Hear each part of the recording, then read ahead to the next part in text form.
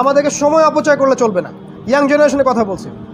Time, আমি নিজেকেও বলছি, আপনাদেরকেও বলছি, টাইম ব্যালেন্স করতে হবে রাসূল সাল্লাল্লাহু আলাইহি ওয়াসাল্লামের সুন্নাহ মোতাবেক।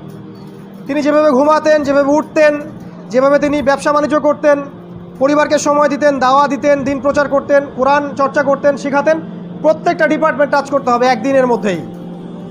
দিনের রুটিনটা হবে এমন যাতে আপনার দিনের প্রতিটা কাজ টাচ করা যায়, এবং যে কাজগুলো আপনাকে দুনিয়ার দিকে ঝুঁকিয়ে দিবে এগুলো স্কিপ করেন, অ্যাভয়েড করেন। আপনাকে আমাকে টাইম ব্যালেন্স করতে হবে, এটাকে আমি বলি প্রফেটিক সুন্নাহ। প্রফেটিক সুন্নাহ অনুযায়ী জীবনযাপন করতে হবে। এরপরে যেটা ইম্পর্টেন্ট সেটা হচ্ছে যে জানা অনুযায়ী আমল করা। আল্লাহর কাছে দোয়া করছি, আল্লাহ আমাদের প্রত্যেককে যেন জানা অনুযায়ী আমল করার তৌফিক দান করবে। যতটুকু জানবো আমল করার চেষ্টা করতে হবে। আমরা জানি জানা অনুযায়ী আমল করাটা খুব ডিফিকাল্ট, কিন্তু এই কাজটা খুব ইম্পর্টেন্টও বটে।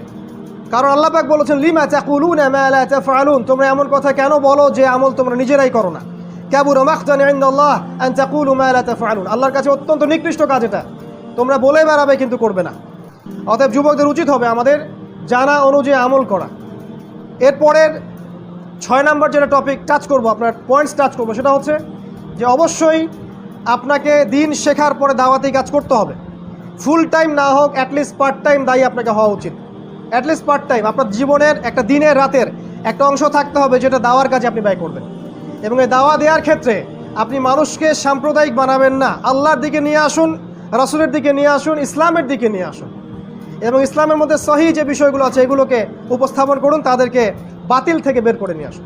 দাওয়ার ক্ষেত্রে শুধু সৎ কাজের আদেশ করেই যাবেন, অসৎ কাজের কোনো নিষেধ করবেন না, এভাবে হবে না।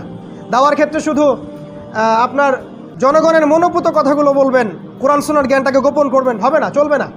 দাওয়ার ক্ষেত্রে শুধু একটা লিবারেল কনসেপ্টের কথা বলে শিরিক বেদাতের সাথে আপোষ করে যাবেন, এটাও চলবে না।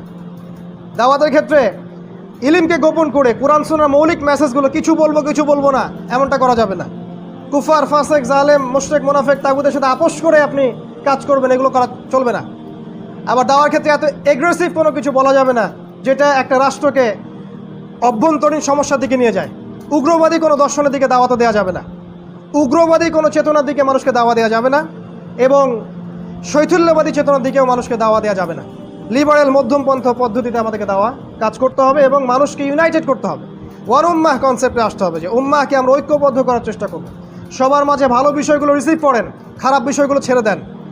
এখনকার সময়টা বিগত সময়ের মতো নয়।